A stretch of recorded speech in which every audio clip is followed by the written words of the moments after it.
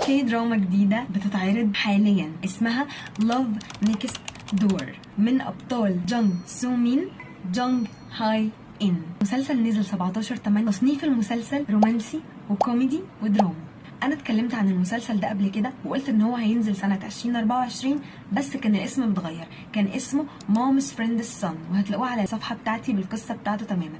انا بس جاي اقول لكم ان انتوا لازم تشوفوا المسلسل ده. المسلسل ده رجع لي شغفي في الكي دراما الرومانسية بجد. هو غلب كوين اوف تيرز وغلب دكتور سلامب وغلب لافلي رانر كمان. انا هقول لكم القصة باختصار عشان برضو تكونوا عارفين. القصة ان امهات الابطال الاثنين كانوا صحاب من بدري. ابن والابنة اجتمعوا من هم عندهم 5 سنين وفضلوا صحاب لحد فترة الثانوي، وبعد ما خلصوا ثانوي الاثنين جات لهم منحة وسافروا يشتغلوا بره، ورجعوا بعد 10 سنين اتقابلوا تاني.